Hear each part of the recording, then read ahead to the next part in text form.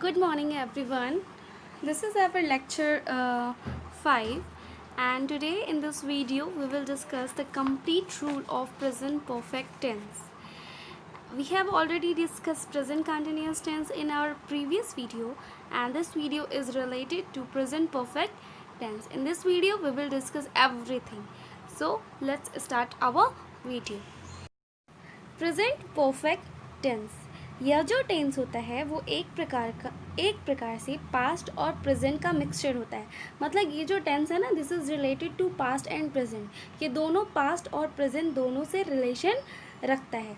इसमें अगर कोई काम होता है तो वो थोड़ी देर पहले हो चुका हो सकता है, या बहुत दिन पहले हो चुका हो सकता है, या कुछ देर पहले हुआ हो. ऐसा होता है. ये नहीं कि वो पास्ट में हो चुका है, उसका रिलेशन कोई प्रेजेंट में ना हो, ऐसा नहीं है. प्रेजेंट परफेक्ट टेंस का मतलब है कि जो काम पास्ट में हो चुका है और जिसका प्रेजेंट से कोई ना कोई रिलेशन ज़रूर है. तो अब हम इसके स्ट्रक्चर को देखते हैं. इसका स्ट्रक्चर है subject plus has have plus verb 3 plus object. यहाँ पे प्रेजेंट परफेक्ट टेंस के पूरे रूल्स में हम हमेशा वर्ब 3 को ही अप्लाई करेंगे. ठीक है. जैसे गो का वर्ब 3 गॉन है, कम का कम है, डू का डन है. ठीक है. अब यहाँ स्ट्रक्चर में हैज़ और हैव दिया है. जैसे हैज़ का अलग रूल होगा, हैज़ किन के साथ लगेगा, हैव किन के साथ लगेगा. तो अब हम उसको एक एक करके जानेंगे. तो सबसे पहले हम देखेंगे कि हैज़ किसके साथ लगता है. Uses of has, he she it name singular, ये हमेशा अपने साथ हैज़ लेते हैं. किसी भी कंडीशन में अगर ही आता है, शी आता है, इट आता है, नेम आता है, किसी का भी नाम, मेरा हो, आपका हो, किसी का भी हो, एनिमल का इवन हो, या सिंगुलर कुछ आता है, तो वो अपने साथ हमेशा क्या लेंगे, हैज़ को लेंगे. बिल्कुल उसी तरह we will see uses of have. Have का हम यूज़ देखेंगे. हैव किन के साथ लगता है.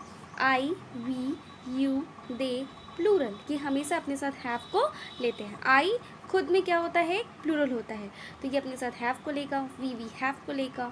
यू, दे, प्लूरल, ये सब अपने साथ क्या लेंगे, हैव को लेंगे. हैव को लेंगे प्लस वर्ब 3 लेंगे एंड ऑब्जेक्ट को लेंगे.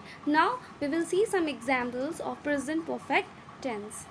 Now there is our first example, and in this picture there is a boy who is now washing his hands. इस पिक्चर में एक लड़का है जो अभी क्या कर रहा है, अपने हाथ को धो रहा है. इसका मतलब उसने कुछ काम पहले किया होगा, इसलिए वो अपने हाथों को वॉश कर रहा है.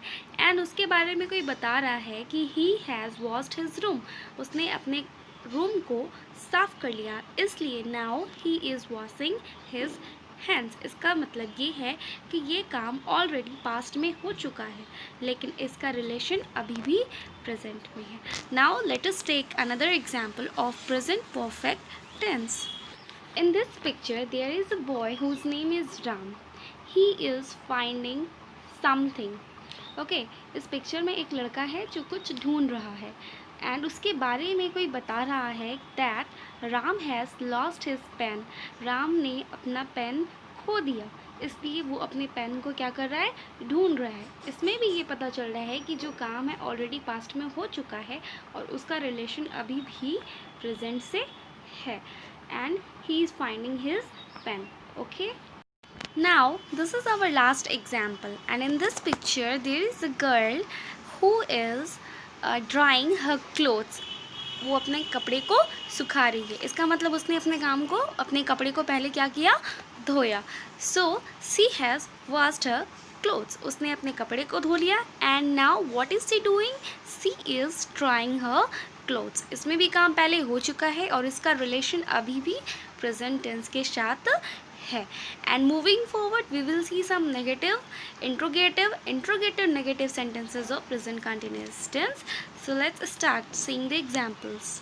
Now we will see examples of present perfect tense in negative.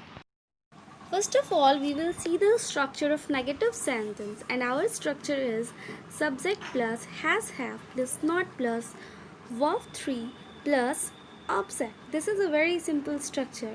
Just after has and have, we will use not. Now, let us see some examples. Our first example is he has not washed his room. Our second example is Ram has not lost his pen. Ram has not lost his pen, and we will see the last and third example. She has not washed her clothes. उसने अपने कपड़े नहीं धोए. In the sentence, she is subject. वो अपने साथ has लिया है. Has के बाद not आएगा, and then after verb 3. Here washed is verb 3 and her clothes is object. Okay. So in this video we will discuss only these things, and the remaining part will be discussed on lecture 6. Thank you everyone. Thank you for watching this video. Have a good day.